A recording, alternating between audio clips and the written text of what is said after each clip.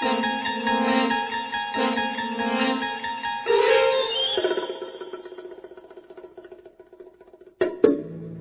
about to enter another dimension. A dimension not only of sight and sound, but of mind. A journey into the wondrous land of imagination. Welcome to Books in the Freezer, a podcast dedicated to the deliciously disturbing world of horror fiction. I'm your host, Stephanie, and today I am joined once again by podcast favorite author Rachel Harrison to talk about one of our favorite things in the entire world, the Twilight Zone. Hello. I'm so excited to be here talking about the Twilight Zone. I'm so happy that you asked me. Yeah, we talked about this last time you were on, and I was very excited to reach out and plan this and pick books and episodes. And it was really fun to go back and rewatch some of these. It's always any excuse to watch the Twilight Zone and just to be able to think critically about the episodes and pairing the books. This has just been so much fun. Yeah. Oh my gosh. I'm very excited to hear you talk about some of these, because some of these I saw the episode and book choice and I was like, oh my gosh, that is perfect. I cannot wait to hear. Thank you. As a nerd, I agree that they're perfect and it brings me such joy. This is like peak nerddom and I love it. So what is your history with the show? So I can't remember. I was trying to think about what the first episode I ever saw was. And I have very distinct memories of sitting and watching episodes, but I can't place them in time. I remember, I think the first episode I ever saw was The Lateness of the Hour. And I started watching the marathons every 4th of July and every New Year's Eve. And from there, I watched I've seen them all. I think I went through and watched them chronologically at some point. But yeah, it's kind of just been a part of my life for as long as I can remember, since I was a kid. And yeah, I have Rod Serling artwork everywhere. And oh, I think I've seen that. I love that. Yeah, I have a really nice poster. And then I have a Twilight Zone VHS lamp. And then for Christmas last year, my husband gave me a notebook, a little journal. And on it, there's the alien writing from To Serve Man. And shamefully, it took me a second to be like, what is this? And I was like, oh my gosh, it's To Serve Man.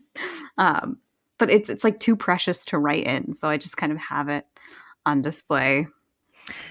Do you think you would have been able to figure out the Rory Gilmore present from Logan in season 7, where Logan gives her the rocket and it's from the Long Morrow? I don't know if I would have figured out the Logan rocket, just because Logan sucks so much. Thank you. I wouldn't expect such a thoughtful gift from Logan. I guess, yeah, he doesn't really do things that are thoughtful. He's just kind of quippy. What's your history with the Twilight Zone? Definitely the July 4th marathons.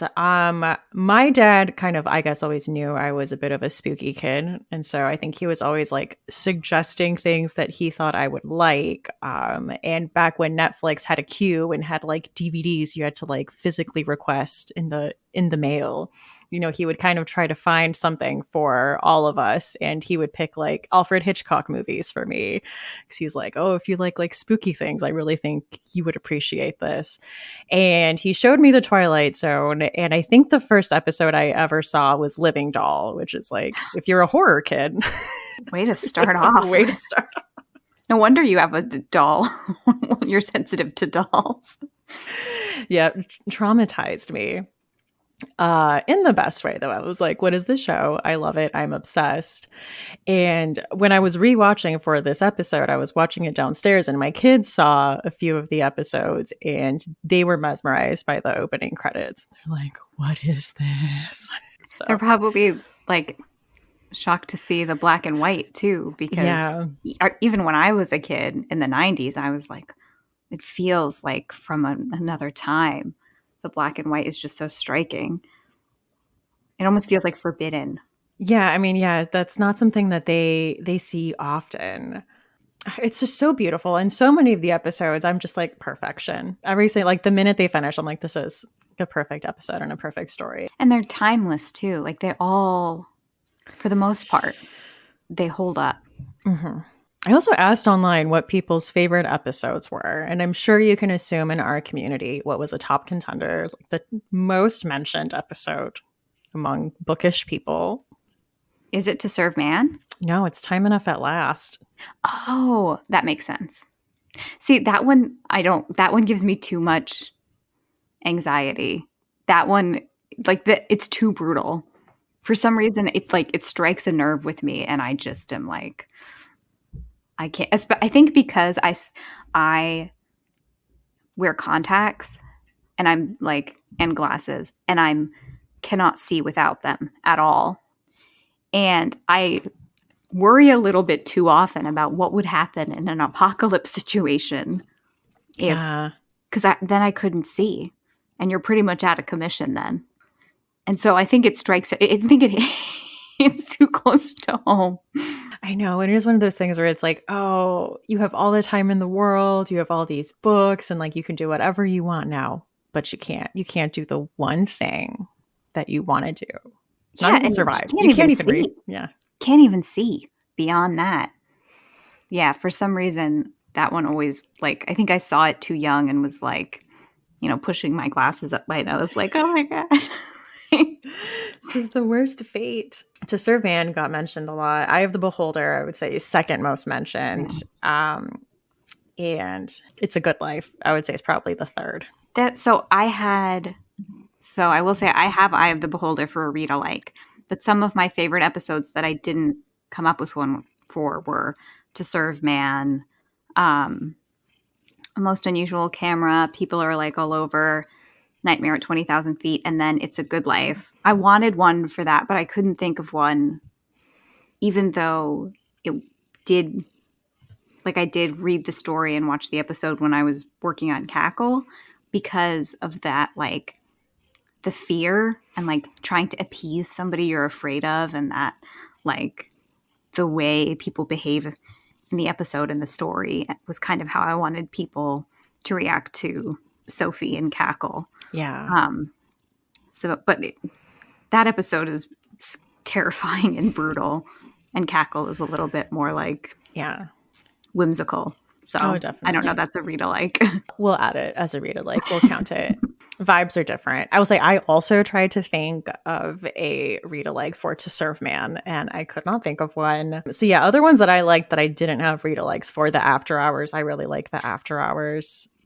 Will the Real Martian Please Stand Up? Which I guess you could probably pick a generic like The Killer Is One of Us. Yeah. Story. And then I know we talked about this last time, the big nostalgic ones. Willoughby, and then shoot, what was that one? Is it called like The Long Walk? The one it's like season He like one. finds his town, and Mhm. it's I don't know the title of that episode, but I just feel like if I like walked back into my childhood town, I'd be like, I'll keep going. Thanks. That nostalgia, I think, is a thing of the actually. If I could walk into my I don't think I would like walk around town, but I would sit in front of my couch and watch like 90s Nickelodeon. Watch all the old commercials and eat Gushers. Like that would be Yes. if Raid. Twilight Zone was in the modern day, that would be my Willoughby. Yeah, raid your mom's like pantry for Yeah. all the good snacks. Get some like 3D Doritos and like Oreo O's. It's like Yeah. Fruitopia, you know. I like how that would be satisfying. Like that, I think would scratch the same itch as that like guy being like, we're gonna play baseball on the field like we used to.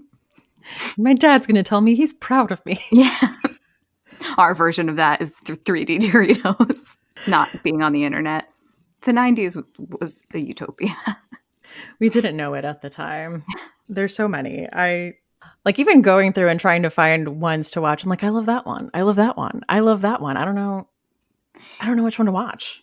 And I feel like what I love about, like, even when they were all on Netflix, what I love about the marathon is kind of rediscovering ones that you maybe only watched once or saw when you were young and didn't appreciate, and the randomness. Because when I'm in control of which episodes I watch, I kind of go back to the same ones Yeah. over and over again. Um, but I really love the marathon because it chooses for you. Yeah. I feel that way about like listening to radio in the car. Like instead of having my Spotify playlist, I'm like, oh yeah, I do love this song. Yeah, it's nice to have some variety. Mm-hmm. We're like talking about going back to like cable, Yeah. back to like listening to car radio. But you have a new novel coming out this year. Yeah, I do. And I would say it's probably my first novel with a little bit of twisty, perhaps, maybe. Not Twilight Zone esque, but maybe something that will make you go, huh, didn't see that coming. Yeah, it's out September 19th. It's called Black Sheep. And yeah, it's about cynicism and family. And, if you're fed up with your family, read this book for some perspective. I am reading it right now. I'm about 30% into it. And like I mentioned, with such sharp teeth, I'm really going to need you to stop stealing my therapist's notes when you write these books. Yeah, I feel like I've heard you talk about complicated family relationships before. And I was like, this is going to be a tough one for her. Yeah. And stuff she's going back to. So I'm like, Yeah. I wanted it to be a fun, readable book. Like, it is. Yeah, listeners, don't let me like dissuade you saying this is like super tough and emotional. It's not. Like, I mean, it has depth and it is, like I said, touching on those things, but it's definitely readable. okay. Yeah, I feel like it was like in terms of something I was able to accomplish with such sharp teeth, which was to like tackle some deeper, heavier topics, but kind of wrap it up in a fun, like book that still had humor and was, easy to read in terms of like to digest. I think you definitely did that. Thanks. I'm excited to hear what you think when you finish it. I will let you know. This episode is brought to you by Libro FM. Libro FM is the first and only company which lets you purchase audiobooks directly from your favorite local bookstore. You can pick from more than 150,000 audiobooks, including bestsellers and recommendations from booksellers. You'll get the same audiobooks at the same price as the largest audiobook company out there. You know the name. But you'll be part of a different story, one that supports community. If you're new to audiobooks, they're the perfect way to get more books into your busy life. Listen during your commute, while doing chores, walking the dog, or just relaxing at home. All you need is a smartphone and the free Libro FM app. If you already love audiobooks and don't know what to listen to next, check out recommendations and curated lists from people who know audiobooks best. Booksellers. And us. We also have a playlist on there full of books that have been recommended on this podcast. Books in the Freezer special offer. You get 2 audiobooks for the price of one, just $14.99, with your first month of membership using code FreezerBook. This offer is valid for new members in Canada and the United States. Thank you, Libro FM, for supporting the show. Well, should we talk about some books? Yeah, let's get into it. Let's get into our Readalikes. Okay. Do you want to kick it off? Sure. I'll start off with Mirror Image. And I will say, listeners, we are going to be I'm going to be spoiling these episodes, but they are like 50 years old, like over 50 years old. So I don't know what to tell you. I feel like anyone listening would have to have an appreciation for the Twilight Zone, and they've probably already seen them. Yeah, because that was the thing that was keeping me from making this episode was like a lot of the Twilight Zone is like they have good premises, but like the episode is like a lot of it is in the twist. Like that is what makes the episode like memorable and stick. So you have to talk about it. You can't just talk around it. Go pause this, Go subscribe to Paramount Plus. I bet you get a 7-day free trial and binge them all and then come back.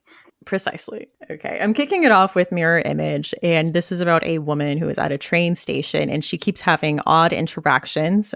She discovers that there's another woman there who looks just like her and has her same suitcase, an identical version of her. And she meets a man there and she's kind of trying to like explain the situation to him. But you can't like explain that situation to someone and sound sane at all. Like that's not going to happen. So in the vein of doppelganger horror, I did want to talk about The Third Hotel by Laura Vandenberg. Have you read this one? I have not, but I'm a fan of hers, and I have her collection. It's called What the World Will Look Like When the Water Leaves Us, I think. It's an amazing short story collection. I highly recommend it. Ooh, okay. It's a block topic. She's a brilliant writer. I'll have to check that out. I only know of her other one, the like I Hold a Wolf by the Ears or something like that. Yeah, that's her more recent one. Yeah. Okay. But this, I always think of this book when I watch this episode. And this is because it has this surreal quality. It's about a woman named Claire who's recently lost her husband, and she goes to a horror film festival in his place, and she becomes convinced that she sees him there. And she begins to chase him down and try to figure out like, what is this that I'm seeing? Like, you can't be my dead husband. And I think they make a good pair one because they're both horror about doppelgangers. They both kind of have this like metaphysical angle that they go in. But I loved The Third Hotel. It really stayed with me. And it really is this meditation on a woman going through this whole process about grief, about marriage, about her reflecting on her marriage and that it wasn't this perfect marriage, which I think was very interesting, I guess, like coming to terms with like the honesty of how she felt about the situation. And I think the story deals a lot with liminality and kind of being in this in-between place. And as a new widow, she's kind of in this new in-between place, not single, not married. And it's a book I need to reread, but I think about it all the time. And I thought it made, I mean, a pretty obvious pair with this just because of the subject matter, but that I thought should definitely be mentioned alongside a Twilight Zone episode. And that is The Third Hotel by Laura Vandenberg. All right, now I need to read that one. But I think it's good to have obvious ones because because I have obvious ones. My first pick, I don't know if it's perfectly obvious, but I think it's a pretty solid read alike. And I picked Nick of Time and Cabin at the End of the World by Paul Tremblay. And I'm starting with this one because this was the episode that was on at midnight this year during the marathon on New Year's Eve. And I'd seen it before, but maybe something about the fact that it was New Year's and the theme of choosing your own fate, it really it hit different this time.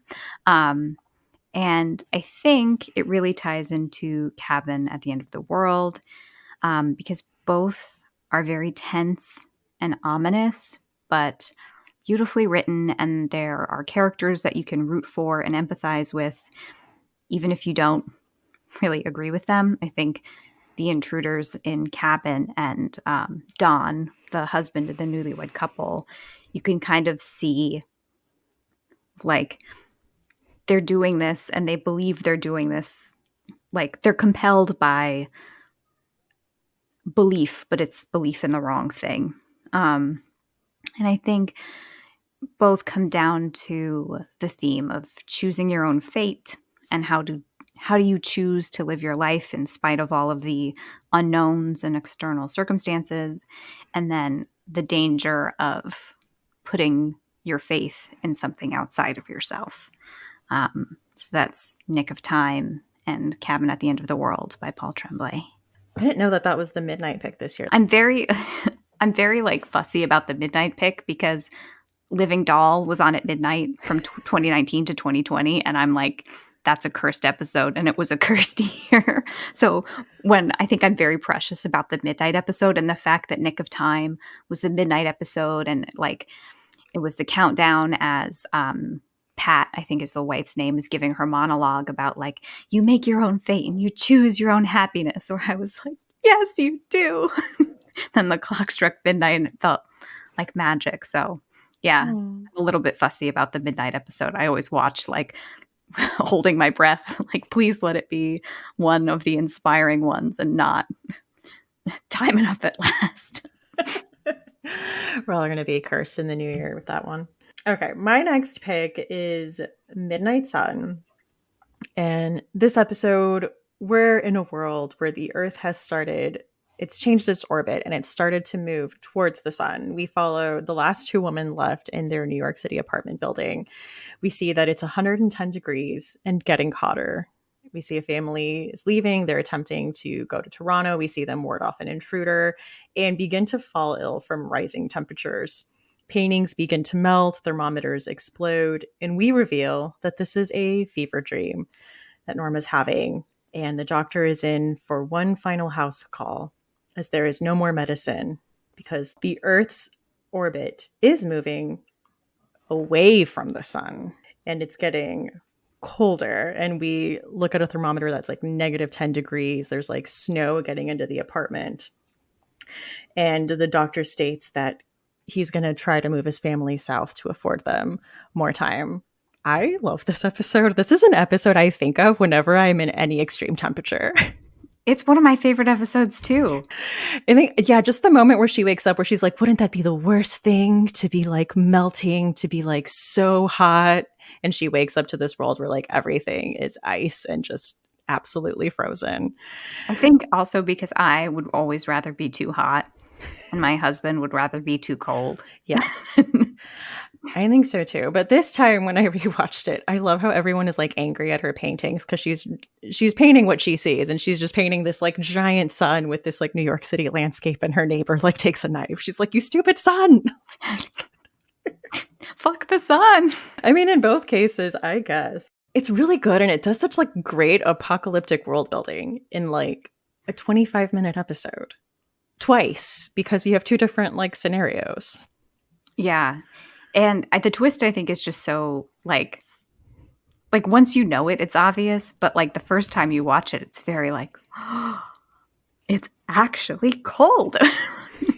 Which is like, oh, it doesn't seem like it would be satisfying when I say it now, but it's very satisfying. So I do have a bit of an obvious pick for this one. I went with Fever Dream by Samantha Schweblin. This is a very short. Have you read this one? I have it, but I have not read it yet. Yeah, it's just a very short novel. And it essentially is a delirious woman in bed. She's having a fever dream and there's a young boy next to her. And she is just like recounting this fever dream to this boy. You know, it's very apt, the title. And they're similar in those two instances, but also that you as the reader can kind of pick up on clues as to like what happened that led to this. And it was one I really had to do digging on. I will say it's not like super obvious. It is one where I'm like, so what was this book about? Yeah.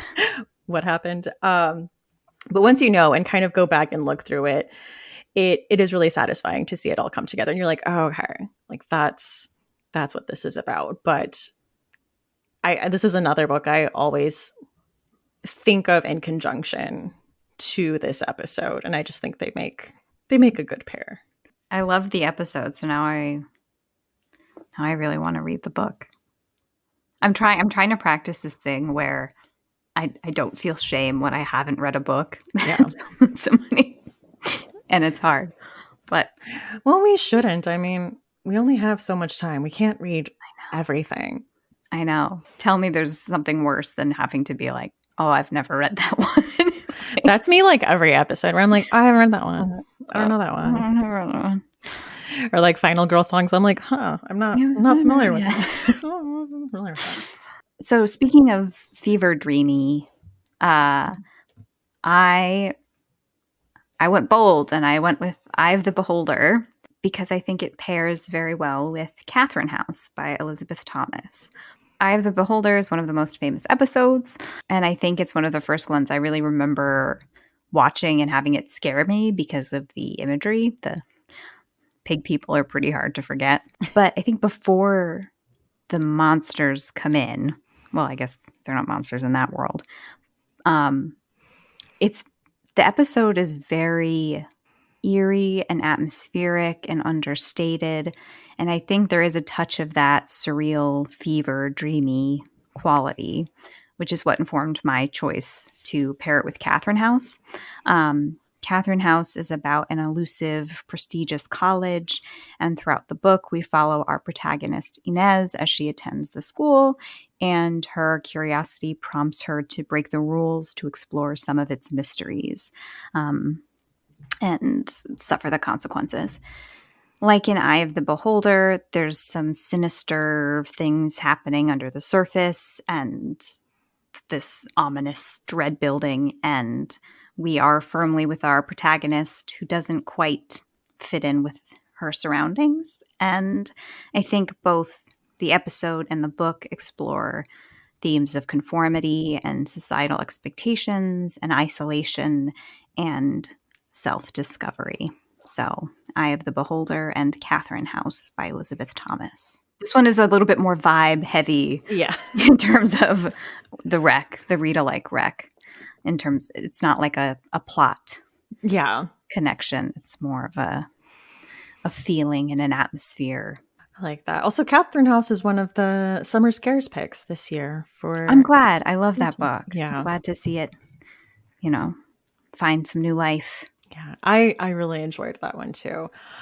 Eye of the Beholder, I think, is one of the more iconic episodes because didn't like Ariana Grande use it in one of her music videos too? Like, she dressed up like the pig people. Okay. Like she did the full makeup for Halloween one year. That's what it was. And that was the first time I was like, she could be like, I think she's very talented, but that was the first time where I was like, she could be cool. Yeah, maybe we could have like a conversation. And then Seven Rings came out and I was like, we should be friends. I have tattoos. I like getting in trouble. Take me to Tiffany's. I do love Seven Rings. Okay. My next pick is Spur of the Moment. This is a season 5 episode.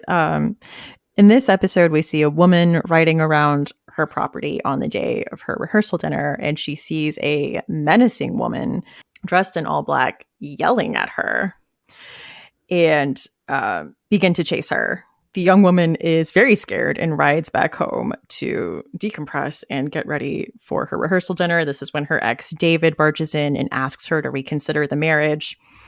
And we see that the old woman is Anne from the future. And she is riding around trying to stop her.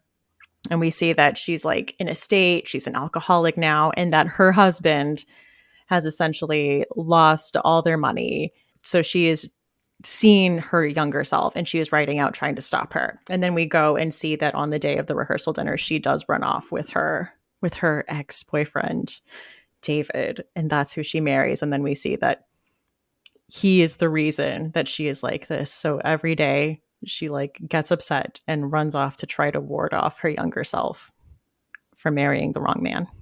I love that episode because because she's like her fiance, like her ex is like this like sweet, like you can see the connection there. And but like her fiance is like, because I think she like lives in a mansion and, her father and her mother are very wealthy and like her fiance like fits into that world. And so you expect that like she like continues, she goes through with the wedding to her, well-to-do fiance. And that's why she's unsatisfied because her old, she's always thinking of her, high school sweetheart or whatever. But really she regrets her regret is the opposite of what you expect it's going to be. Yes. And you're, as a viewer, like cheering it on to a certain point when she's like, of course, like this is what they expect. Like, I'm just like the perfect daughter. Like they arranged this whole thing for me. I have no room to do anything. And then you see her like run off with her ex-boyfriend. And it's this very like loving moment where she's like, I see you, I choose you, like I love you. And then when it flashes forward and he's there, he's like, remember, you said, like, I see you, I choose you, I love you. And that's when she screams and goes out running to warn her younger self. And Yeah. she's just destined to like make the same mistake over and over again. Brutal. Yeah. But I was always like, say something different, because she's just like, Anne, and then runs. Yeah. Just like some subtlety, please. Like, you don't need to chase her down. No. I'm like, this hasn't worked the few times you've done it. Let's try a different approach. Yeah. Try a different approach. Like, think about how your past self would deal with seeing your future self. Yeah. I think about it a lot. Plan a real strategy over if I ever got a time machine, because you want to be prepared if the opportunity ever arises. That's true. Like, what would my future self say to me so that I would know that it's my future self? Yeah. You have to have a code word. You have to come in gentle, not screaming on horseback. Yeah, I don't know that would work with me. Like, being tailed by someone, having them like flash their headlights at me would not be Yeah. the move. No. I know it's an urgent situation, but you have to play it cool. That's the real lesson of the episode. That's the real takeaway. So I am pairing this with In the Dream House by Carmen Maria Machado. Oh, wow. That is perfect. It's just her memoir. It's written in this very experimental style that I loved. The memoir is about a relationship she was in with a woman who was very abusive. And each chapter is looking at a different part of that relationship, and each chapter frames it in a different way. And there's all kinds of different storytelling techniques and different genres. Like, the chapters will have titles like Dream House as Confession, Dream House as Stoner Comedy, Dream House as Lovecraftian Horror. And it is her like really going through what this relationship meant to her. And you see her kind of living out all of the different parts of it, the parts where it was bad, the parts where it was good, the parts where they fell in love, and, you know, the aftermath and like how she's dealing with that. And I just think, yeah, a perfect book for looking back on a relationship and really examining all the parts of it, and a relationship that really changed you as a person. So that is In the Dream House by Carmen Maria Machado. That's a perfect read alike. And I have read that book, but now I want to reread that book. So my next pick, and this was one of the ones where it was like nerd heaven for me because it's just so perfect. Long Distance Call and Ghost Eaters by Clay McLeod Chapman. And this was the one that I was like, oh my God, that is perfect. It's so good. Thanks, Clay, for the layup. So on like the most basic level, what Long Distance Call and Ghost Eaters have in common is each piece a recently deceased loved one reaches out from beyond the grave. In Long Distance Call, it's an overbearing grandmother through a toy telephone. And in Ghost Eaters, it's a friend / ex-boyfriend communicating via a haunted drug. And I was thinking about it because, like, the plot, you know, that's like an easy connection to make. But I think why the episode is so scary and why the book is so scary is in how they investigate the lingering effects of grief, and how when you have a possessive or toxic person in your life, they continue to do damage even after they're gone. Like, their influence lasts even after they're out of the picture. And I think that, like, that to me is what really gets under my skin about both. Because both in both of these cases, the relationship between the person who dies and the person who's alive and suffering the consequences of their living with their ghost, like, it was never a good, healthy relationship.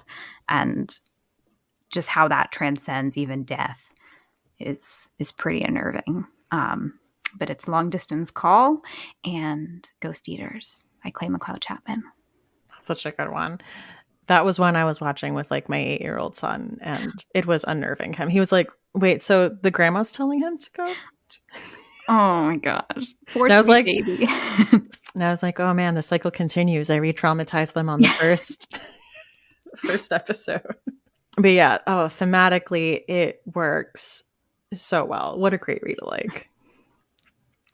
Okay, my next one is Judgment Night. In this one, we see a man as a passenger on a boat, and he's suddenly overtaken by the idea that he's been there before and that something bad is going to happen. And then as time moves, he's kind of like, it's after 1:00, like something bad's going to happen. Like I've been here before, and he's trying to warn people that something bad's going to happen. And then it finally hits him. He's like, that U-boat is going to hit us. We need to get everybody off. We need to get out of here. And he starts kind of frantically trying to warn everybody. And then we learn that he was the captain of the U-boat that ordered the hit on this passenger ship that had like women and children. And this is a part of his purgatory, that every night he wakes up on this ship knowing that something bad's going to happen, and no one listens to him. And he essentially dies every night and just watches this happen over and over again because he made the decision. Punishment fits the crime. Yeah. That was one that like blew my mind the first time I watched it. And also I know it would be really hard to write. I do have a short story rec for it, but time loop horror. I think it would be very tough to execute in a novel, but I love a time loop. I can't handle time loops because they stress me out so badly. There's like two things I can't handle, and that's getting framed. Like I can't watch somebody get framed. It drives it, like I cannot tolerate it. And then time loop. They stress me out too bad. However, I do feel like if somebody could come up with like a clever time loop horror novel, I think if executed right, that could be incredible. God, the closest I've come, it's not a horror novel, but Life After Life by Kate Atkinson. And that one is what is the word I'm looking for? Like in a video game where you like respawn. Yeah. Like that essentially. But it's like you see this character like wake up and she lives her life and she dies. And then she like, it starts over again at her birth. And you see her kind of like make a different decision, die, like start again at her birth. Huh.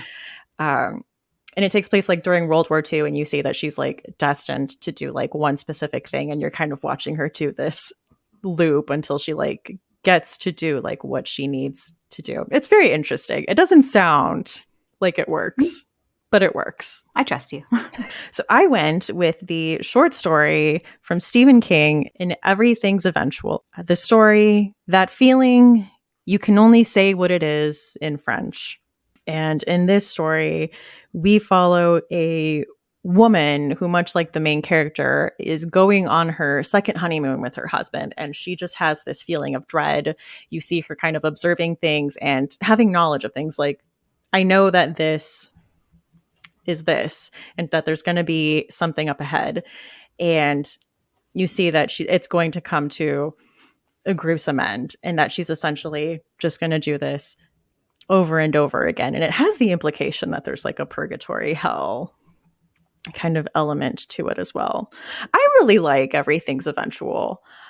I don't know how like the greater Stephen King sphere feels about that collection, because I always feel like, I'll listen to like the Losers Club or the King Cast, and I'm like, oh, Nightmares and Dreamscapes, everyone loves this one, and they're like, this is one of his worst collections. And I'm like, oh, okay. I thought we all loved this one. I think that it's easy to assume consensus among King's works, and then you're always surprised. Everything's Eventual has 1408, and what is the like hitchhiking werewolf one? So I think it's got those two heavy hitters. So I think people might like it more. But that is a short story that I thought paired perfectly well with Judgment Night. That's that feeling, you can only say what it is in French, from Everything's Eventual by Stephen King. Such a great title. Yeah, it's always so long. Like I always get it like a few words off, so I had to like literally open the book and see what it is. Well, speaking of great titles, my next one, the Twilight Zone episode, is Death Ship, and my read-alike is This Thing Between Us by Gus Moreno. This is another one that it's more on vibes. It kind of blends horror and sci-fi, and there's a mysterious, invisible, evil force that's like fucking with our heroes, and there's hope, but there's no hope, and there's this brutal confrontation of grief and the attempt to move on and keep going in the face of like unfathomable tragedy.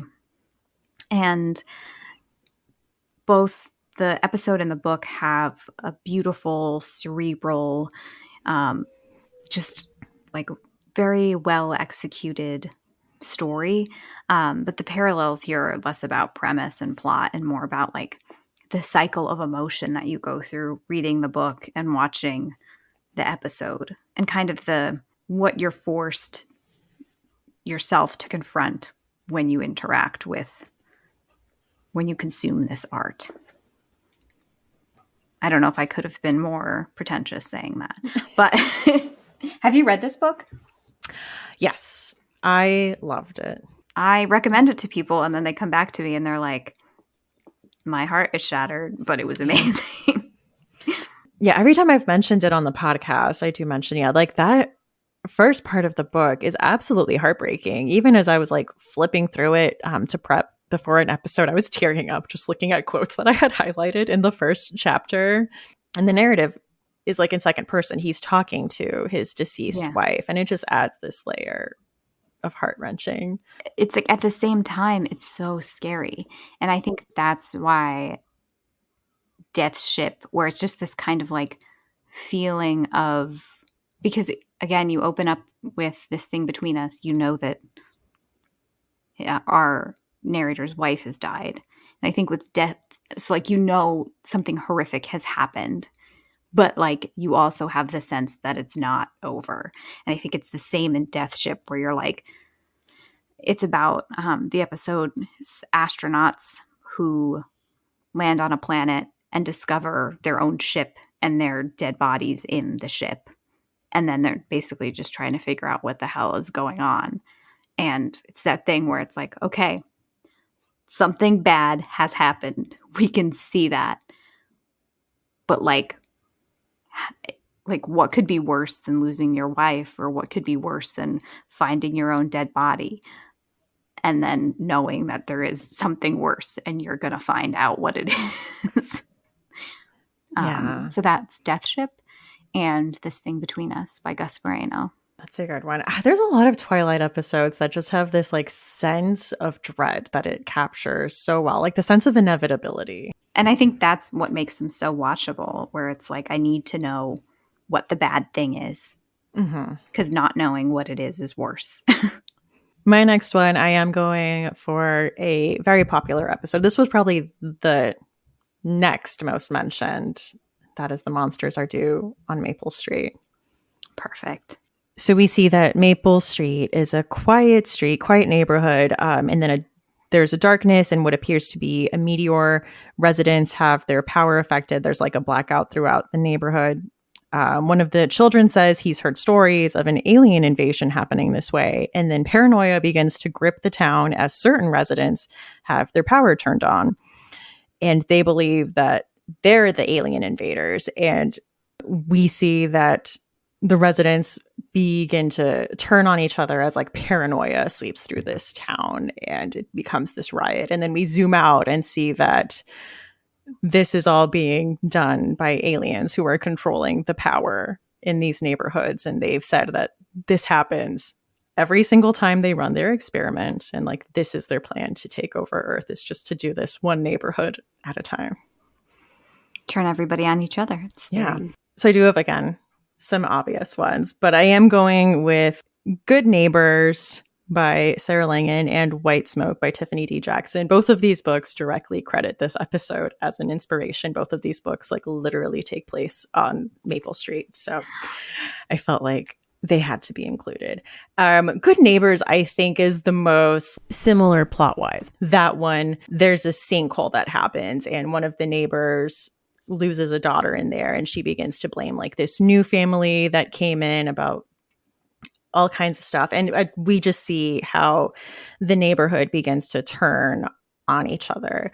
And it was such an interesting story. Like, I really enjoyed getting the character study. And we also see like this neighbor has her own thing that she like overshared one night while drinking wine with her neighbors, and now is like super self-conscious about it. And that's kind of what's fueling this whole vendetta she has against people. It's just like a very interesting case study. And then White Smoke by Tiffany D. Jackson is a YA novel that's kind of dealing with like very different things, but it's dealing with like gentrification and the effects of it. It's about this family. The mother gets this artist grant, and with that grant, she gets a free house, a free place to live for her family. And it's a newly blended family. The house is kind of the only house on this street that this company has bought, and they're gonna renovate this whole street. But right now it's just like they're done up, like fixed up house, and then just like this like cul-de-sac of just like empty, dilapidated houses. The main character, the young girl who's kind of like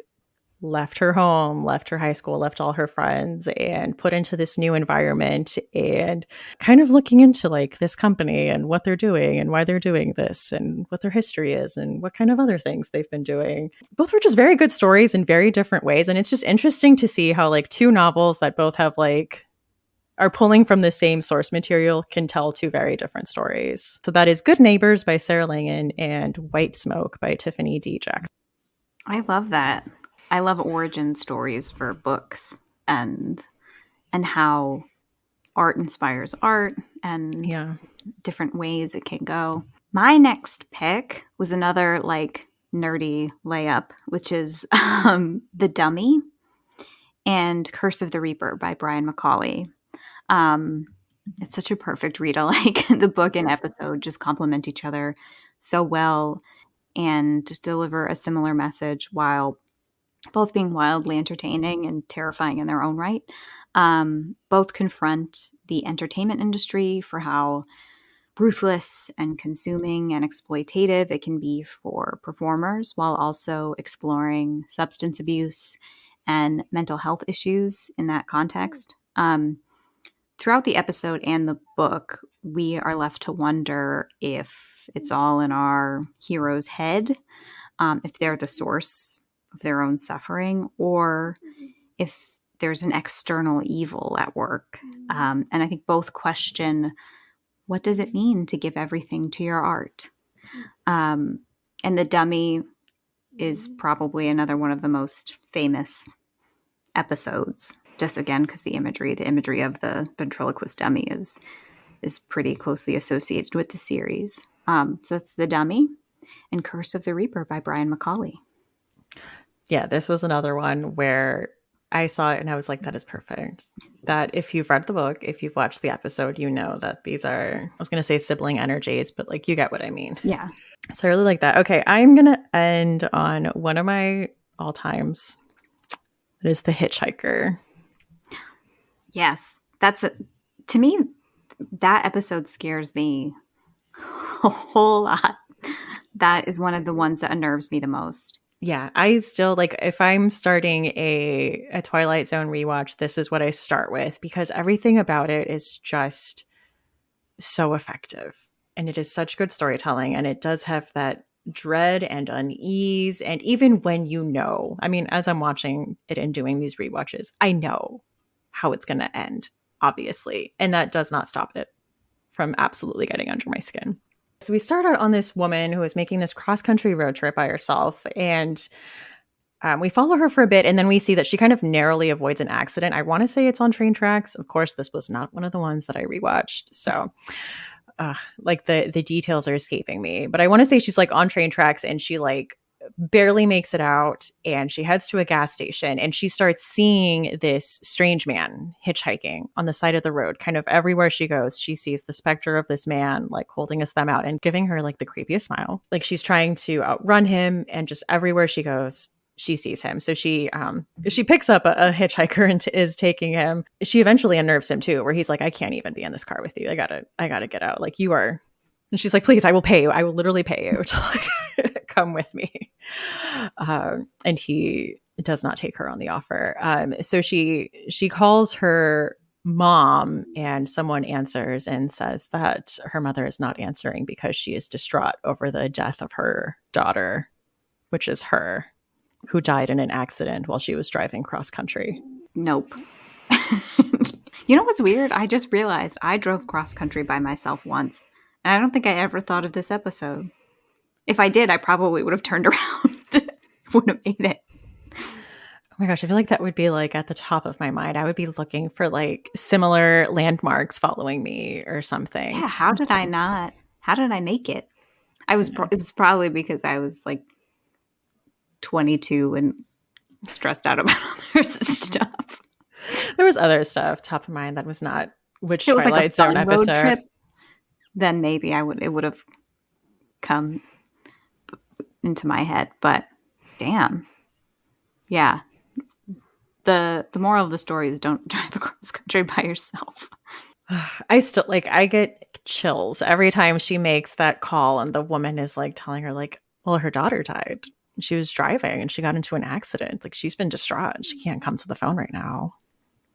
And it's like, If somebody, it's weird though, because like her reaction is immediately like horror, like accepts it. And I feel like if that happened to me, I'd be like, shut the fuck up.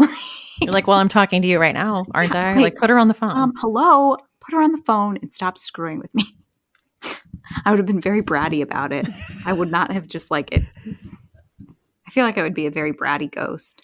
I feel like we need more of that. I love those memes that are like, why are ghosts always in Victorian clothes? Like, why don't any of them like wear 2000s garb and say like, it's Britney, bitch? Like, why? Yeah, I mean, because I feel like a lot of these Twilight Zone episodes, they're like, you're in purgatory. I feel like if I was in purgatory, I'd be pretty sassy about it. I'd be like, I was just here last night. So did you watch Happy Death Day? Because I feel like she kind of gets like that, where she's like, the time loop. I love time loop movies. And I think it stresses me out.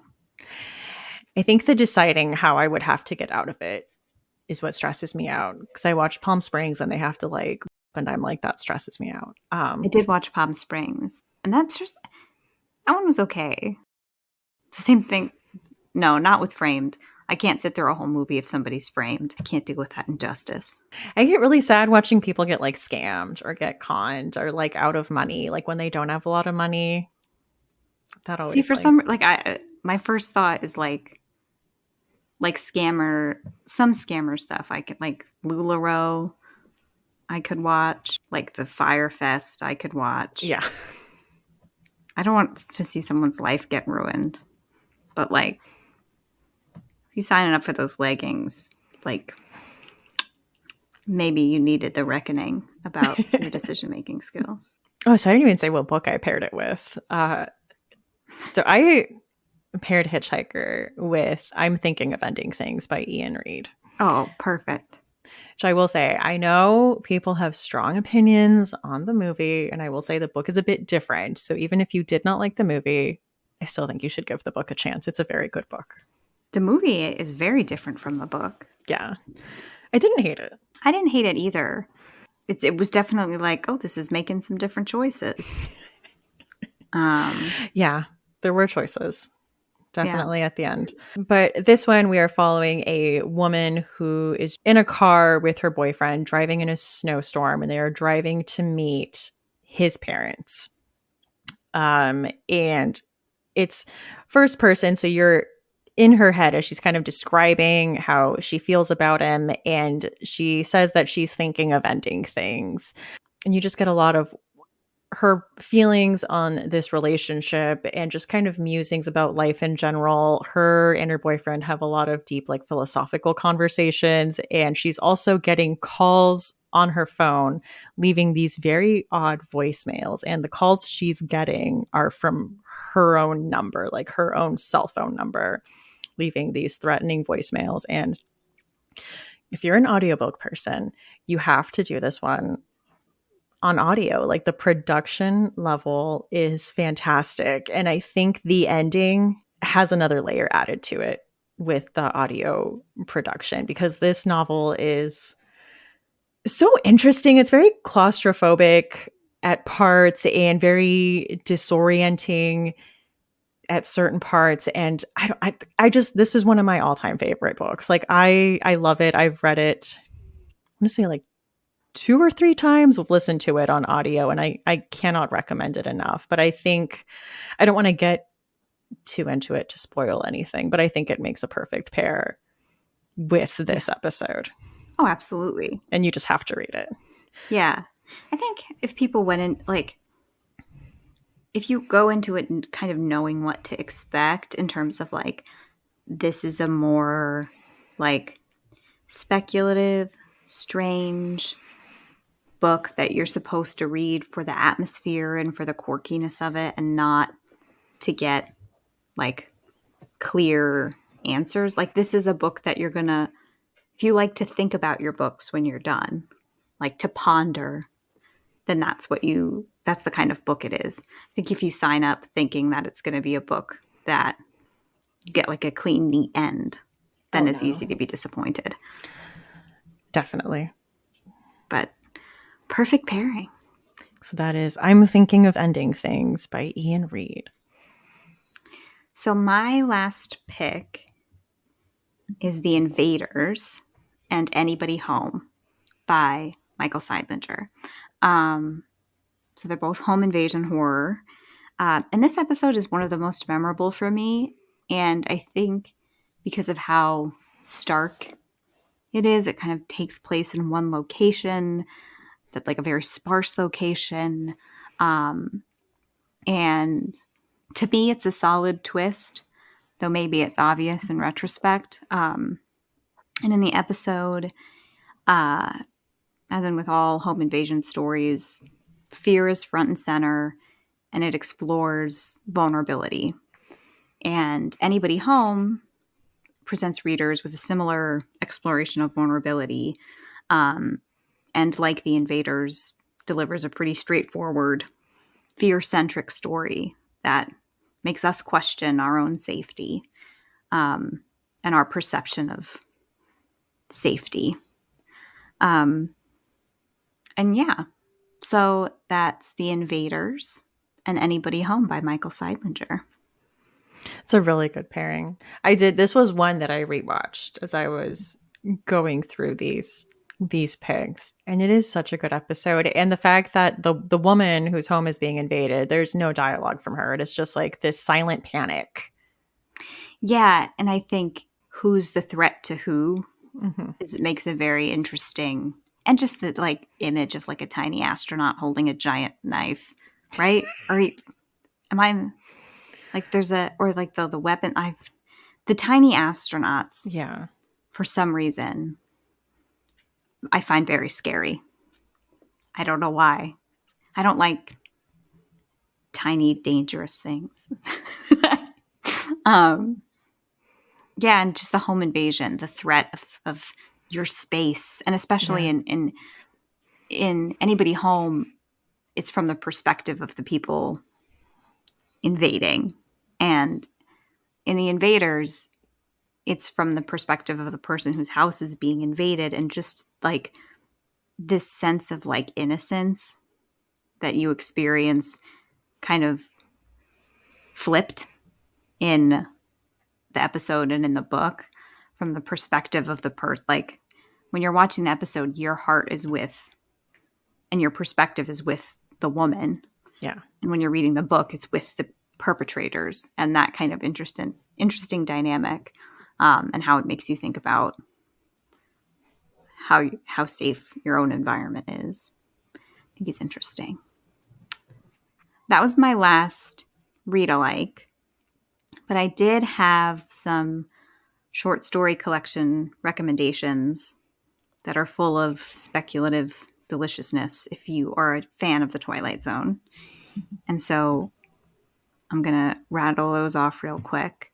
And that's Cursed Bunny by Bora Chung. She Said Destroy by Nadia Balkin. and Friday Black by Nana Kwame Adjei-Brenyah. Have you ever read any of those collections? I have read some of She Said Destroy. Um, I know Jocelyn mentioned Friday Black, I want to say, for our job horror episode Oh, for one of yeah. the stories. Yeah. Yeah. I think it's the title story Yeah. about a kind of like step to the left world Yes. Black Friday. But that whole collection is something else. I had two as well that kind of have general Twilight Zone vibes, and they were The Wilds by Julia Elliott. She also has a novel that I think is very Twilight Zone-y called The New and Improved Romy Futch, where this like kind of down on his luck guy in Florida just signs up for a surgery that would like download all like the world's knowledge into his brain, and he becomes like a super genius. Just like what he does with that, and he becomes obsessed with like hunting this specific boar. It was just like a funny wild story that I think would fit this. And yeah, her short story collection The Wilds is very speculative, and it does, I think the opening story has like a similar like brain surgery one, but it's in like a futuristic retirement home. And then kind of an obvious answer, but I read The Illustrated Man by Ray Bradbury, who did write some Twilight Zone episodes, so it fits, but it just has that like mid-century sci-fi feel. And so many of the stories, I'm like, this could be a Twilight Zone episode. Like there's a story of like a room where like the walls change and kind of project things, kind of like Smart House, like where she's watching like the Bewitched, like C'est la vie, like performance. That's a great reference. I can't believe yesterday was St. Patrick's Day and I did not listen to Bewitched. Oh my gosh. A missed opportunity. Or other decom, Luck of the Irish.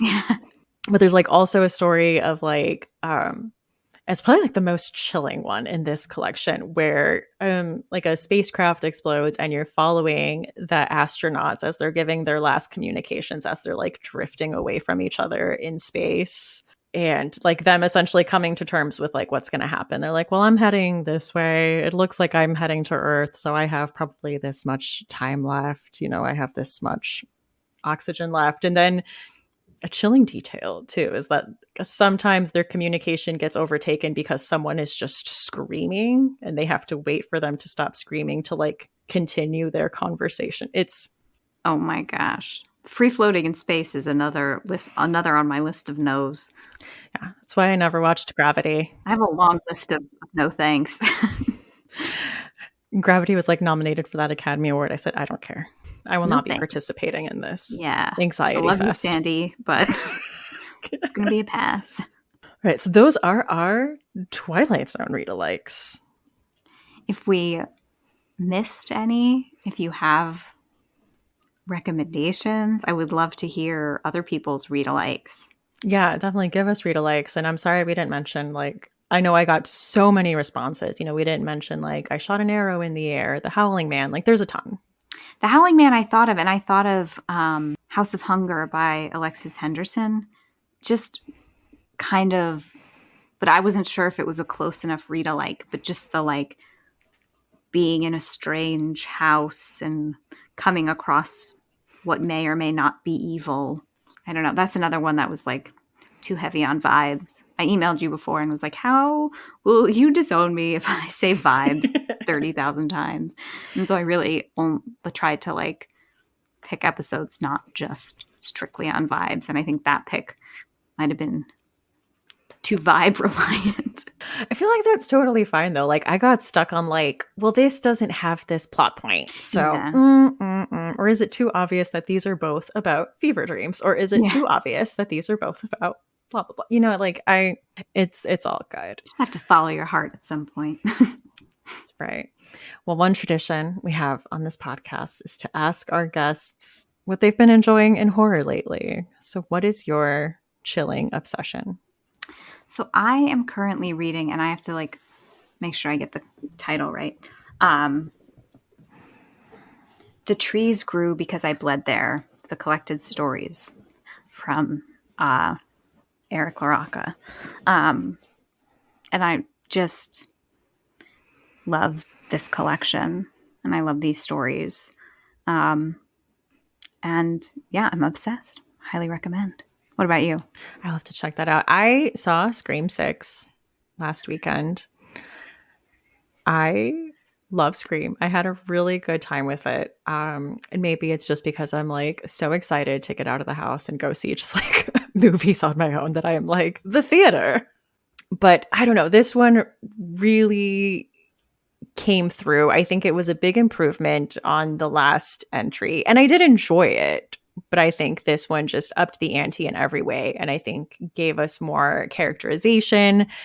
I think just really brought more in every way. And I think stayed true to the story and took risks and paid homage, which is like a tricky line to follow with Scream because so much of it is like tradition and like this always happens and you have to do this. So it's like tough to do that while also trying something new. And I really think this one succeeded. It was very violent and very gory. It just like really elevated everything. Not to be like, oh, I would not say this is like elevated horror. Elevated horror. But I just had such a good time with this. I was the dork that clapped when a character, like a legacy character, came back and we saw like the back of them. I was like, and I looked around. I'm like, just me? Okay. It's part of the theater experience. Get to clap. So yeah, Scream 6 would be my chilling obsession. Did you watch the last one or this one? No, I haven't watched them. I've just fallen. It's one of those things that I've just fallen behind on. And it's like, one day I'll catch up. But, you know, when you fall far enough behind, that catching up seems overwhelming. That's what happened with The Bachelor. I was like a diehard. And then I dropped one season. And I'm like, well, now I don't know who's on Paradise. And now I'm not invested in who The Bachelor is or The Bachelorette. So I had to quit. Yeah. So I started watching because I had a roommate in my early 20s who would watch. And her name was Tammy. She's fine. She's in Texas. Rip Tammy. But Tammy got me into The Bachelor. It got to be like addicting where I would just be like, I called it my brain vacation. And on Monday night I would watch. And I don't know what happened to it, but it just wasn't as good anymore. Mm-mm. And like the couples don't last, which like, it's not a shocker that they don't last. Yeah. But I'm not trying to I get way too emotionally invested in everything. And I was like, this isn't brain vacation anymore. This is like torture. So I quit. And now I need something else to fill the fluff void. And I don't have it. I need something that I can melt my brain with. Just fluff and emptiness.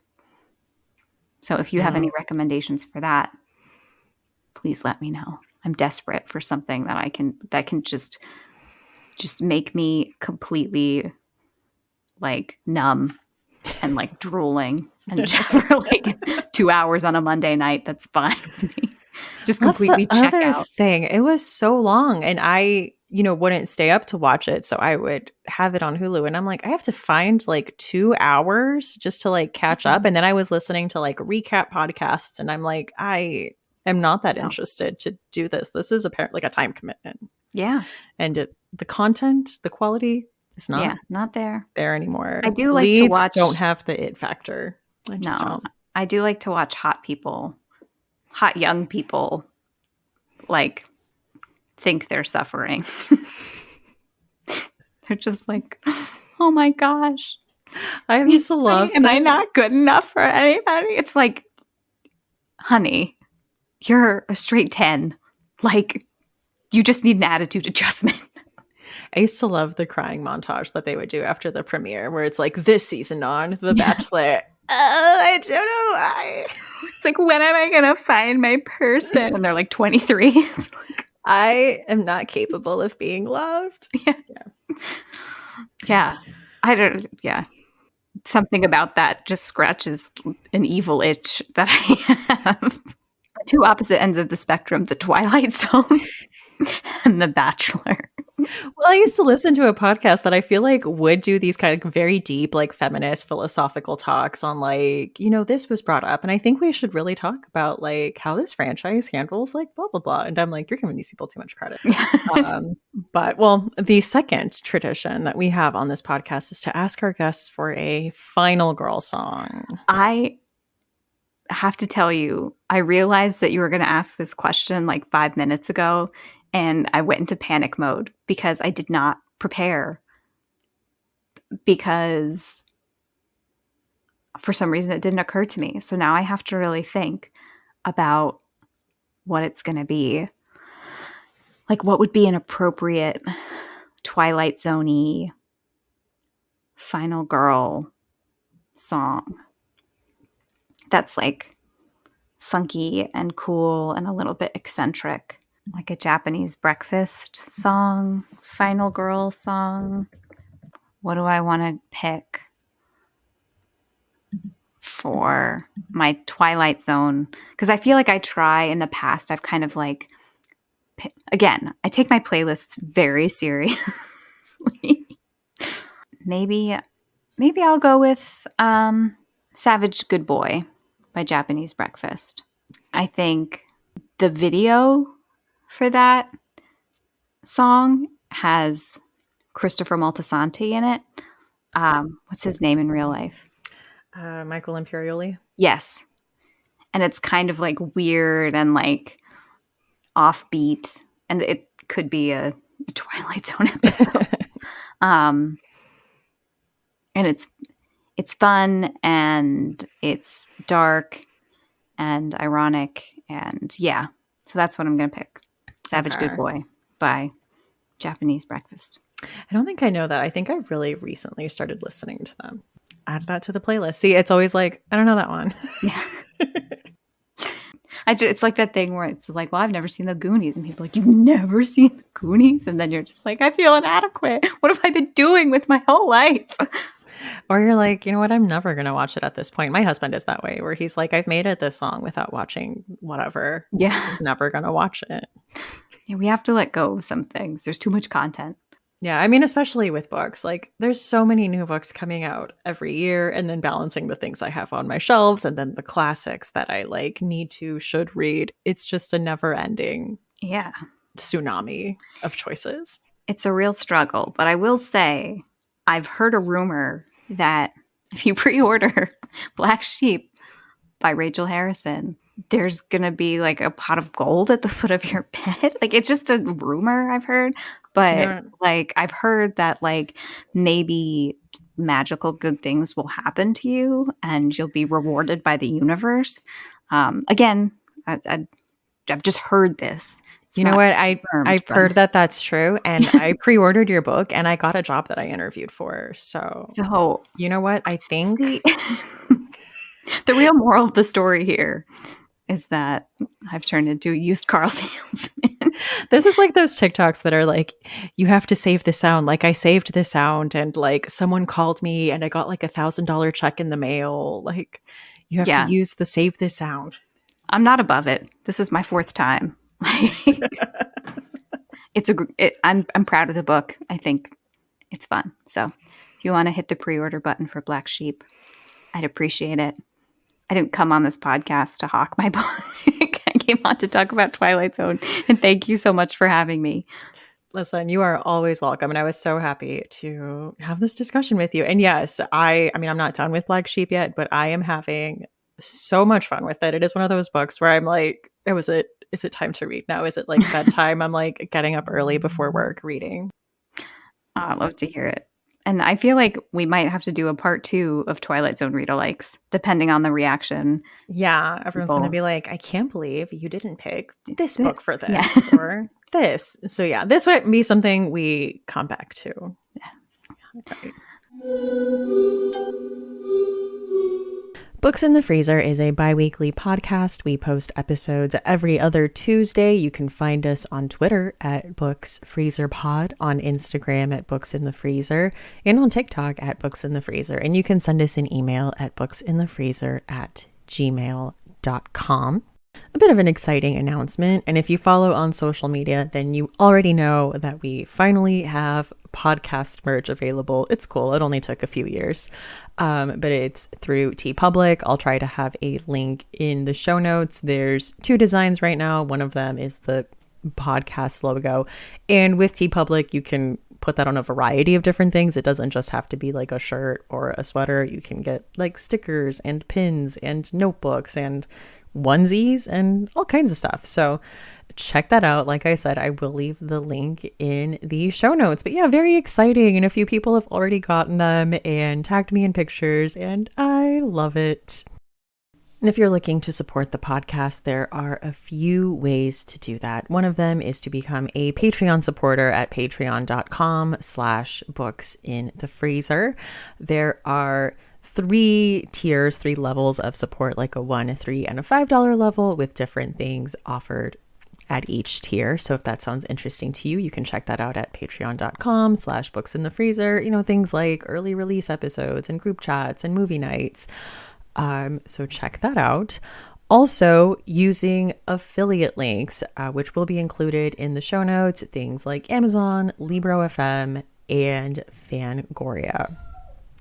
And if you're looking for a free way to support the podcast, it's as easy as talking about it on social media, sharing, posting, and leaving a review on a site like Spotify or Apple Podcasts or wherever you get your podcasts. I mean, I'm not familiar with like Stitcher and Podcatcher, but if they have the ability to rate on there, anything like that would help as well. So thank you to all of you who have taken the time to do that. I appreciate it. I'm Stephanie. You can find me on Twitter at lady_Gagnon. That's LADY_GAGNON, or on Instagram at That's What She Read. And that's with 2 A's. As always, thank you, and see you next time on Books in the Freezer.